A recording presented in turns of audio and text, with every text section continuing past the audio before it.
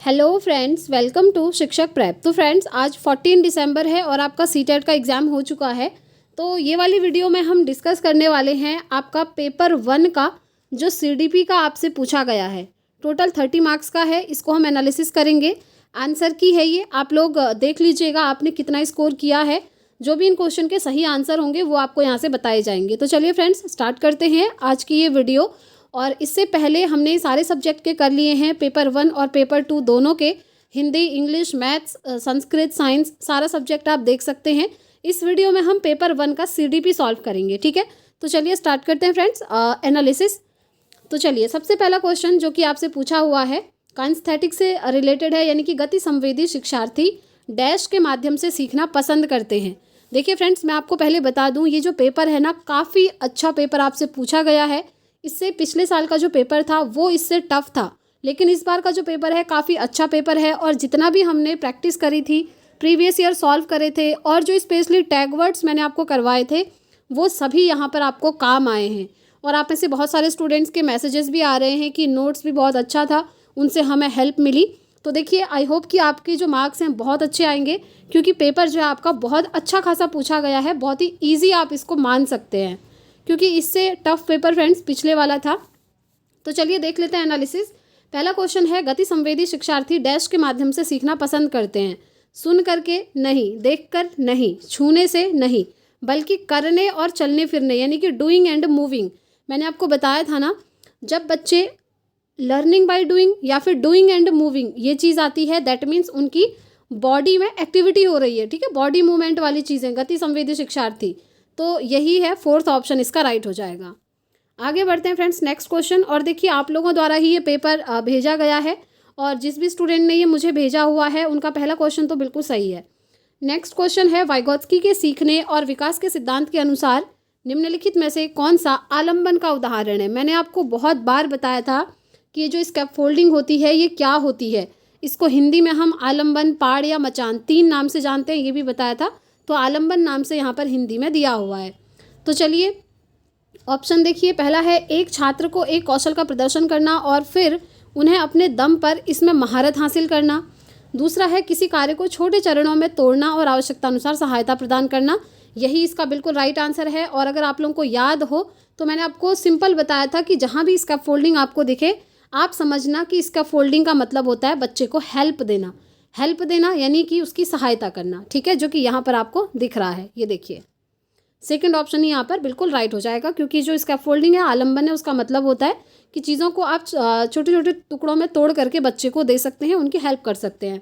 बाकी अभिप्रेरणा के रूप में एक छात्र को उनके काम के लिए श्रेणी प्रदान करना, ये नहीं है।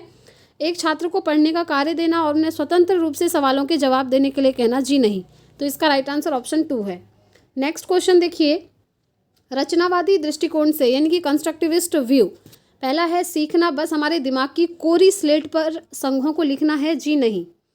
व्यक्ति पर्यावरणीय घटकों से निष्क्रिय रूप से, बिल्कुल भी नहीं। अगर आपने टैग वर्ड्स वाली सीरीज देखी होगी तो आप आराम से ऑप्शंस को एलिमिनेट कर पाएंगे यहाँ पर, ठीक है। व्यक्तियों को नए व्यवहार सीखने के लिए अनुकूलित किया जाता है, या फिर सीखना वर्तमान समझ का विस्तार और परिवर्तन है। तो राइट आंसर है ऑप्शन 4, सीखना वर्तमान समझ का विस्तार और परिवर्तन है, ठीक है। यही है आपका रचनावादी दृष्टिकोण से, fourth option right. Next question पे चलते हैं। बहुत इजी क्वेश्चन है और मैंने कई बार आपको करवाया भी था, और मैंने आपको बोला भी था कि डिस्ग्राफिया हो गया, डिसलेक्सिया हो गया, डिस्मॉर्फिया हो गया, डिस्थीमिया हो गया, डिसकैल्कुलिया हो गया, इनमें से एक ना एक आपका डेफिनेटली आएगा। जो स्टूडेंट्स चैनल से जुड़े हैं, प्रिपरेशन करी है, उन्हें याद भी आ रहा होगा। तो ये मैंने आपको करवाया था। डिस्ग्राफिया क्या होता है? डिस्ग्राफिया मतलब होता है जब बच्चे को लिखने में प्रॉब्लम हो रही हो, जो कि थर्ड ऑप्शन में ही दिया है, लिखित कार्य में चुनौती, डिफिकल्टीज इन राइटिंग। इसी को हम क्या कहते हैं? डिस्ग्राफिया कहते हैं। सिंपल है, ठीक है। चलिए आगे बढ़ते हैं। देखिए नेक्स्ट क्वेश्चन आपका अजर्सन रीजन से पूछा हुआ है, ठीक है, अभिकथन और कारण से। तो अभिकथन दिया है कि शिक्षिका को अपनी कक्षा के लड़कों को खेलों में भाग लेने के लिए प्रोत्साहित करना चाहिए और लड़कियों को कला अलंकरण के कार्य देने चाहिए। अब सिंपल यहाँ पर आप देख पा रहे हैं, लड़के और लड़कियों में भेदभाव किया जा रहा है, और भेदभाव किया जा रहा है दैट मीन्स ये क्या है? ये गलत है, ये नेगेटिव चीज़ है, ये आप जानते ही हैं। मैंने आपको करवाया भी था कि जहाँ भी लड़के और लड़कियों में भेदभाव होगा वो क्या होता है? जेंडर पक्षपात। और पक्षपात करना क्या है? एक गलत चीज़ है, नेगेटिव चीज़ है। तो पहला ऑप्शन तो हमारा गलत हो गया, ठीक है, अभिकथन यहाँ पर रॉन्ग हो गया। बच्चे मुख्य रूप से अंतर्निहित जैविक भिन्नताओं के कारण जेंडर भूमिकाएं ग्रहण करते हैं। क्या ये सही होगा? बिल्कुल भी नहीं, ये भी यहाँ पर गलत है, क्योंकि इसका कारण दे रहा है ना, कारण तो सही है ही नहीं। तो हम कहेंगे थर्ड ऑप्शन यहाँ पर सही है। ए भी गलत है और यहाँ पर आर भी गलत है, दोनों ही ऑप्शन गलत है। नेक्स्ट क्वेश्चन देखिए, inclusion needs to be promoted through, यानी कि समावेशन को बढ़ावा देने के लिए क्या आवश्यक है? समावेशी शिक्षा मैंने आपको कई बार करवाया भी था, क्योंकि हमने पिछले साल के काफ़ी सारे पेपर्स जो है सॉल्व किए थे फ्रेंड्स, ठीक है। समावेशन को बढ़ावा देने के लिए क्या इंपॉर्टेंट है? लचीला पाठ्यक्रम, जी हाँ, ये बिल्कुल इंपॉर्टेंट है। सहयोगात्मक अधिगम, ये भी बिल्कुल इंपॉर्टेंट है। गम्य इमारतें, जी हाँ, बिल्डिंग भी इंपॉर्टेंट है। लेकिन ये जो पृथक्करण और नामीकरण आप देख रहे हैं, बच्चों को सेग्रीगेट करना और लेबलिंग करना, ये क्या है? नेगेटिव चीज़ है। टैगवर्ड्स में भी मैंने आपको करवाया था, अगर कहीं भी ऑप्शन में दिखे बच्चों का नामीकरण हो रहा है या फिर उनको अलग किया जा रहा है या उन पर लेबलिंग करी जा रही है, तो ये नेगेटिव चीज़ें होती हैं, ठीक है। तो ये भी हमारा यहाँ से एलिमिनेट हो गया। बाकी ऑप्शन 1, ऑप्शन 2 और ऑप्शन 4 ये 3 हमारे सही हैं, जो कि हमको दिख रहा है फर्स्ट वाले पे ही, ठीक है, फर्स्ट, सेकंड एंड फोर्थ। तो यही हमारा क्या होगा? राइट हो जाएगा। चलिए आगे बढ़ते हैं। नेक्स्ट क्वेश्चन देखिए, शिक्षकों को ध्यान न्यूनता अतिक्रियाशीलता विकार, जिसको हम हिंदी में क्या, इंग्लिश में क्या कहते हैं? Attention deficit hyper activity disorder. मैंने आपको करवाया था ना ADHD करके, मैंने शॉर्ट फॉर्म में भी आपको बताया था। तो वही पूछा हुआ है कि इससे जूझ रहे छात्रों की आवश्यकताओं का ध्यान रखते समय डैश से बचना चाहिए। किस चीज़ से बचना चाहिए?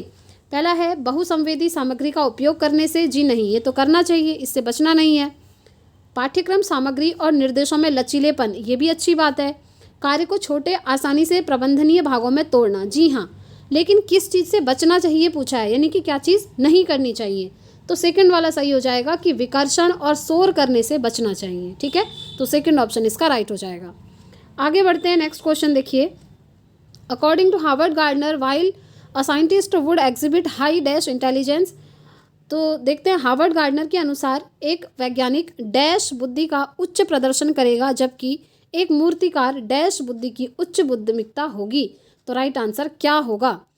तो देखिए, स्थानिक तो नहीं होगा सबसे पहली बात, क्योंकि जो वैज्ञानिक हैं उनमें स्थानिक बुद्धि अच्छी नहीं होती, बल्कि कैसी बुद्धि होती है? प्रकृतिवादी बुद्धि अच्छी होती है, ठीक है।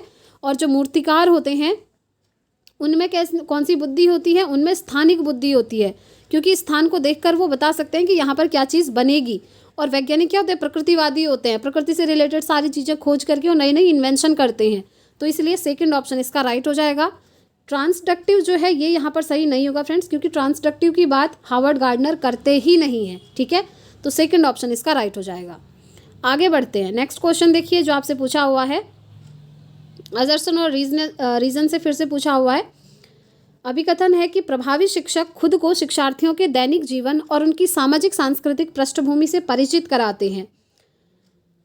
तो हाँ, ये तो सही बात है। कारण दिया है कि सीखना एक सामाजिक संदर्भ में होता है, जी हाँ, ये भी बिल्कुल सही बात है। तो हम कहेंगे ए और आर दोनों सही हैं और सही व्याख्या करता है।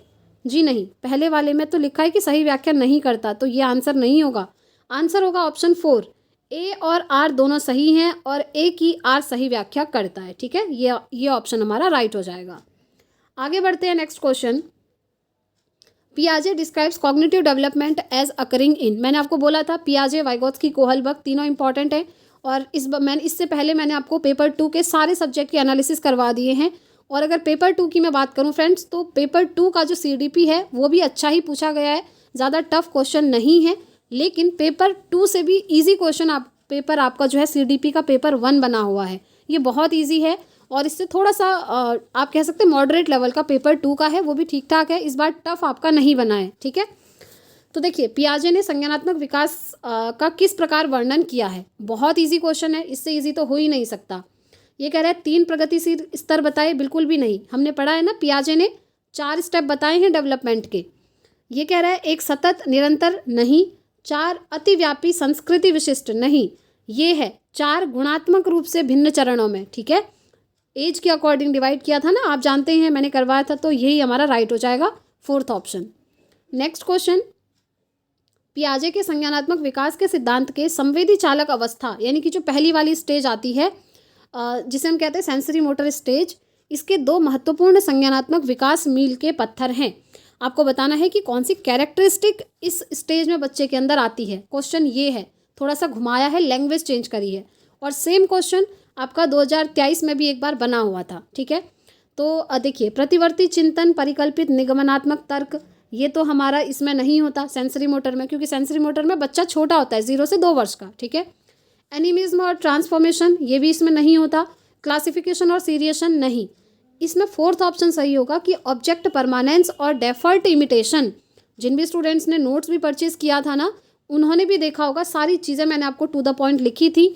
और आप लोगों के जब कमेंट्स आए थे कि एग्जाम होने के बाद कि बहुत अच्छा एग्जाम गया, नोट से हेल्प मिली, टैगवर्ड से हेल्प मिली, डेली प्रीवियस ईयर की क्लासेस से हेल्प मिली, तो एक अच्छा लगता है फ्रेंड्स, एक पॉजिटिव चीज़ है।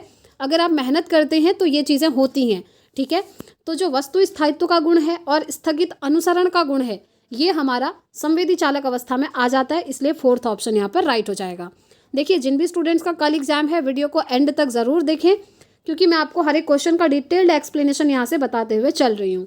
नेक्स्ट क्वेश्चन, निम्न में से कौन सा बाहरी अभिप्रेरणा का सही वर्णन करता है। मैंने आपको अच्छे से करवाया था बाहरी अभिप्रेरणा क्या है और आंतरिक क्या है। तो आपसे क्वेश्चन पूछा है बाहरी अभिप्रेरणा से। तो देखिए, पहला है अभिप्रेरणा जो आंतरिक कारकों से आती है, वो तो आंतरिक अभिप्रेरणा होती है, वो बाह्य थोड़ी होती है, तो ये तो आंसर नहीं होगा।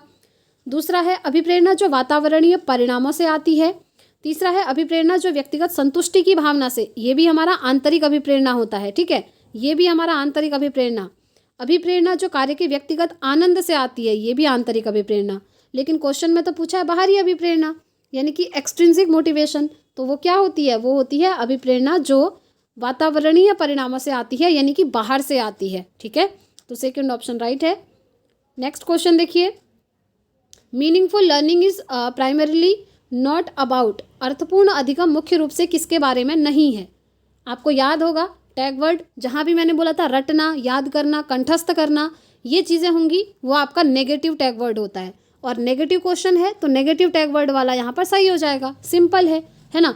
इस तरीके से टैग वर्ड आपको हेल्प किए हैं फ्रेंड्स। कौशलों का विकास नहीं, अवधारणाओं की समझ नहीं, ज्ञान का निर्माण नहीं। कौन सा सही नहीं है पूछा है अधिगम के बारे में, तो किसी भी जानकारी को रटना, मेमोराइजिंग इन्फॉर्मेशन, ये आपका सही नहीं होता है, तो इसीलिए ये हमारा राइट आंसर हो जाएगा। आगे बढ़ते हैं फ्रेंड्स। नेक्स्ट क्वेश्चन, वाइगोत्स्की के अनुसार बच्चे स्वयं से बात करते हैं, ठीक है, हमने पढ़ा था बच्चे स्वयं से बात करते हैं वाइगोत्स्की के अकॉर्डिंग। उसको हम क्या कहते हैं, उसको हम कहते हैं निज वाक, अकॉर्डिंग टू वाइगोत्स्की। और वाइगोत्स्की कहते हैं कि जब बच्चे स्वयं से बात करते हैं तो वो खुद को एक डायरेक्शन देते हैं, सेल्फ रेगुलेशन देते हैं, और वही यहाँ पर पूछा हुआ है एज इट इज़। अगर आपने नोट्स लिया था या क्लासेस मेरी अटेंड करी थी तो आपका बहुत अच्छा पेपर गया है फ्रेंड्स। यहाँ पर कमेंट करके आप बता भी सकते हैं अपना स्कोर कि कितना स्कोर आपने यहाँ पर अचीव किया है। तो वाइगोत्स्की के अनुसार क्योंकि उनकी सोच अतार्किक है, नहीं, विचार और आत्मनियमन में सहायता के लिए, जी हाँ, ये बिल्कुल सही है कि बच्चे जो स्वयं से बात करते हैं वो खुद को सेल्फ रेगुलेट करते हैं, ये वाइगोत्स्की ने कहा था और यही इसका आंसर हो जाएगा। बाकी आत्म केंद्रित की बात तो पियाजे करते हैं, ये वैसे ही बाहर हो गया और ये भी इसका सही आंसर नहीं है, तो सेकंड ऑप्शन राइट होगा। आगे बढ़ते हैं। नेक्स्ट क्वेश्चन देखिए, निम्नलिखित में से कौन सा कथन विकास के समीप दूराभिमुख सिद्धांत का प्रतिनिधित्व करता है। मैंने आपको कई बार वीडियोस में बताया था प्रॉक्सिमोडिस्टल और सिफेलोकॉर्डल डेवलपमेंट, मैंने बोला था दोनों पढ़ के जाइए, एक कंफर्म है कि आएगा, हर साल आता है फ्रेंड्स, ठीक है। तो प्रॉक्सिमोडिस्टल क्या होता है मैंने आपको समझाया भी था। तो चलिए हम ऑप्शन पे चलेंगे। बच्चों में खड़े होने से पहले बैठने की क्षमता का विकास होता है, नहीं, ऐसा नहीं है। विकास बहुदिशात्मक और बहुआयामी होता है, नहीं। अलग अलग संस्कृतियों में रहने वाले हमशक्ल जुड़वां अलग अलग दरों से विकसित हो सकते हैं। मोतियों को धागे में पिरोने से पहले बच्चे गेंद को पकड़ने की क्षमता विकसित कर लेते हैं, जी हाँ। जैसे आपने देखा होगा एक छोटा बच्चा है ना, उसे आप अगर अपनी फिंगर दो तो वो झट से अपना मुट्ठी बंद कर लेता है, आपकी फिंगर को पकड़ लेता है। तो वो बड़ी चीज़ों को पकड़ना पहले स्टार्ट करता है और छोटे छोटे फिंगर से होने वाले काम वो बाद में करता है, ठीक है, सिंपल है। तो इसीलिए फोर्थ ऑप्शन राइट हो जाएगा, प्रॉक्सिमोडिस्टल यही है। नेक्स्ट क्वेश्चन, विकास के संदर्भ में एक समय सीमा जिसमें एक व्यक्ति विशिष्ट उत्प्रेरणाओं के प्रति परिवर्धित संवेदनशीलता रखता है जिससे कि वह कुशल तरीके से कार्य करने के लिए विशेष कौशल विकसित कर सके, वह विकास की डैश कहलाई जाती है। वो क्या कहलाई जाती है, वो कहलाई जाती है आपकी क्रिटिकल पीरियड, यानी कि चुनौतीपूर्ण अवधि, ठीक है। इनकोडिंग पीरियड, स्टिमुलस या इंसेंटिव ये नहीं, बल्कि क्या है, क्रिटिकल पीरियड है। Fourth option will be the right answer. चलिए नेक्स्ट क्वेश्चन देखिए, अभिकथन और तर्क है। अभिकथन है शिक्षकों द्वारा प्रदान किया गया आलंबन बच्चों की सीखने की प्रक्रिया में बाधा डालता है। आलंबन मतलब मैंने आपको बताया है हेल्प, यानी कि स्कैप फोल्डिंग, और स्कैप फोल्डिंग तो अच्छी चीज़ होती है, बाधा नहीं डालता है ये, ठीक है। तो ये तो हमारा गलत है, अभिकथन बिल्कुल गलत हो गया। कारण कह रहा है ले वाइगोत्स्की ने प्रस्तावित किया कि बच्चे स्वतंत्र रूप से पर्यावरण पर कार्य करके और उसमें हेरफेर करके सीखते हैं। क्या ये सही है? जी नहीं, ऐसा नहीं है, ठीक है। तो हम कहेंगे ये दोनों ही यहाँ पर गलत हैं फ्रेंड्स, जो कि हमको दिख रहा है थर्ड ऑप्शन में, ए और आर दोनों यहाँ पर गलत है। नेक्स्ट क्वेश्चन देखिए, चिल्ड्रन यानी कि बच्चे इस संसार में खाली स्लेट या कोरी पट्टी के रूप में आते हैं, क्या ये सही है? बिल्कुल भी नहीं। अनियंत्रित पैदा होते हैं और उन्हें सामाजिक होने की आवश्यकता है, जी नहीं। दुनिया में आनुवंशिक कोड के साथ आते हैं और उनकी नियति तय है, नहीं। उस सामाजिक सांस्कृतिक संदर्भ से बहुत प्रभावित होते हैं जिसमें वे बड़े होते हैं, जी हाँ। बच्चे जिस भी संस्कृति में बड़े होते हैं ना, वहीं की चीज़ें तो उनको आ जाती हैं, वही चीज़ें वो सीख जाते हैं, जैसे माहौल में रहते हैं वैसी चीज़ें सीखते हैं, सिंपल है। नेक्स्ट क्वेश्चन, कोहलबर्ग के नैतिक विकास के किस चरण में व्यक्ति का नैतिक व्यवहार मुख्य रूप से इस मानसिकता पर निर्भर करता है कि लोग मेरे बारे में क्या सोचते हैं? तो ये आता है फ्रेंड्स आपका कन्वेंशनल पीरियड में, यानी कि पारंपरिक अवस्था में। और ये बहुत अच्छी बात है, एक चीज़ मैं नोटिस कर रही हूँ फ्रेंड्स, आप लोग भी नोटिस कर रहे होंगे, ये जिस भी स्टूडेंट ने मुझे भेजा हुआ है उनके मोस्टली क्वेश्चन यहाँ पर बिल्कुल सही हैं। सिर्फ अभी तक एक क्वेश्चन मुझे लग रहा है कि उन्होंने गलत किया है, बाकी बहुत अच्छा पेपर उन्होंने सॉल्व किया हुआ है, ठीक है। और ये स्टूडेंट वही हैं जिन्होंने हमारी क्लासेस भी अटेंड करी हैं, हमसे जुड़े हुए हैं, नोट्स भी उन्होंने लिए हुए थे। तो चलिए नेक्स्ट क्वेश्चन देखिए, अभिकथन है 5 से 6 वर्ष से कम उम्र के बच्चों को ठीक से और रेखाओं के भीतर लिखने के लिए दबाव नहीं डालना चाहिए, क्या ये सही है? जी हाँ, बिल्कुल, ज़्यादा दबाव नहीं डालना है। बच्चे 5-6 साल के बाद गतिक कौशल का बेहतर नियंत्रण प्राप्त कर सकते हैं, जी हाँ बिल्कुल, ये बिल्कुल सही बात है, ये सही व्याख्या भी कर रहा है। तो इसका राइट आंसर ऑप्शन 4 हो जाएगा। ए और आर दोनों सही हैं और ए की आर सही व्याख्या करता है, ठीक है। चलिए नेक्स्ट क्वेश्चन, ये भी आपका अजर्सन रीजन से पूछा हुआ है। क्वेश्चन नंबर 21 पर हम पहुँचे। तो अभिकथन दिया है कि शिक्षकों को छात्रों से दूरी बनाकर रखनी चाहिए और अधिगम की प्राथमिक जिम्मेदारी उन्हीं पर डालनी चाहिए। ऐसा नहीं होता है, शिक्षकों को छात्रों से दूरी नहीं बनानी है बल्कि क्लोज रहना है। क्लोज रहने का मतलब क्लोज इन द सेंस जैसे स्टूडेंट और टीचर के बीच में इंटरेक्शन होते रहना चाहिए, अंतःक्रिया होनी चाहिए, तभी तो स्टूडेंट को जो चीज़ समझ में नहीं आएगी वो टीचर से पूछ पाएंगे। अगर आप बच्चों से बातचीत ही नहीं करेंगे तो बच्चे तो दूर दूर रहेंगे, आपसे डरने लगेंगे, है ना। तो ये हमारा अभिकथन गलत है। कारण कह रहा है कि अधिगम एक लोकतांत्रिक वातावरण के बजाय एकाधिकारिक वातावरण में ढंग से होता है, बिल्कुल भी नहीं होता है, ठीक है। तो ये दोनों ही यहाँ पर गलत हैं, तो थर्ड ऑप्शन इसका राइट हो जाएगा। ए और आर यहाँ पर दोनों गलत हैं। नेक्स्ट क्वेश्चन देखिए, महारत उन्मुख शिक्षार्थी आमतौर पर सफलता का श्रेय डैश को देते हैं और असफलता को डैश। बहुत अच्छा क्वेश्चन है, मैंने करवाया भी है, आप लोगों को याद होगा। तो जो मास्टरी ओरिएंटेड लर्नर्स हैं, तो चलिए इसका राइट आंसर ऑप्शन 1 होगा, पहले ये समझ लीजिए। तो mastery oriented learners typically attributed success to योग्यता और कोशिश, ठीक है। आमतौर पर सफलता का श्रेय किसको देते हैं? योग्यता और कोशिश को देते हैं, और असफलता का अपर्याप्त कोशिश को देते हैं, ठीक है। तो फर्स्ट ऑप्शन इसका राइट है। नेक्स्ट क्वेश्चन, सामाजिक संचार में चुनौतियाँ किसमें स्पष्ट होती हैं? बताइए किसमें स्पष्ट होती हैं?